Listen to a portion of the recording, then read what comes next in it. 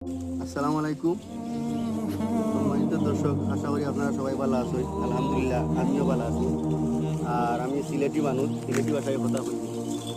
তখন কত হইল গিয়া আমার জেলার খামার আছে, এখানের মাঝে গারলও আছে বেশ কয়েকটা, প্লাস বেড়াও আছে।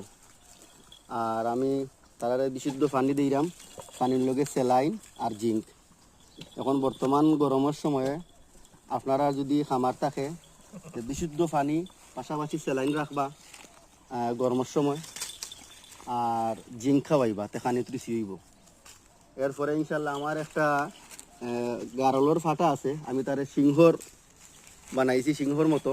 ও দেখুক আপনারা কত সুন্দর হয়েছে, মাশাল্লাহ। ওখানে মাশাল্লাহ কইবা। আর এটার আমি ওই যে সামনে যে রুম আছে, এটার আমি বর্তমানে মেহেন্দি কালার দিমু দিয়া লাল করমু। আর আপনারা হলে দোয়া করবা। আসসালামু আলাইকুম।